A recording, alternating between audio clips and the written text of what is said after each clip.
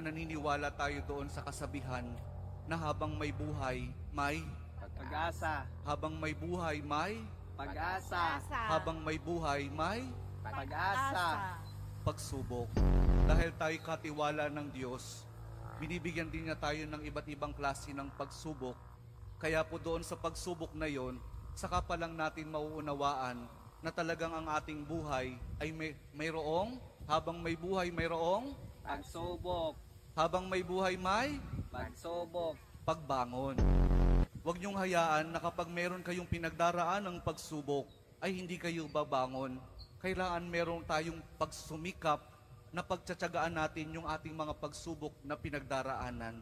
At kapag merong pagsubok at merong pagbangon, saka pa lang natin mauunawaan na talagang ang ating buhay, na habang may buhay, may Pagbangon. habang may buhay, may Pagbangon. pag-ibig. Ang pag-ibig na nagmumula kay Jesus lamang sa ating mahal na poong Jesus Nazareno. Dahil doon, kapag naunawaan natin itong mga bagay na ito, na habang may buhay, may pagsubok, may pagbangon at may pag-ibig na nagmumula lamang kay Jesus, saka pa lang natin mauunawaan at matatanggap na talagang habang may buhay, may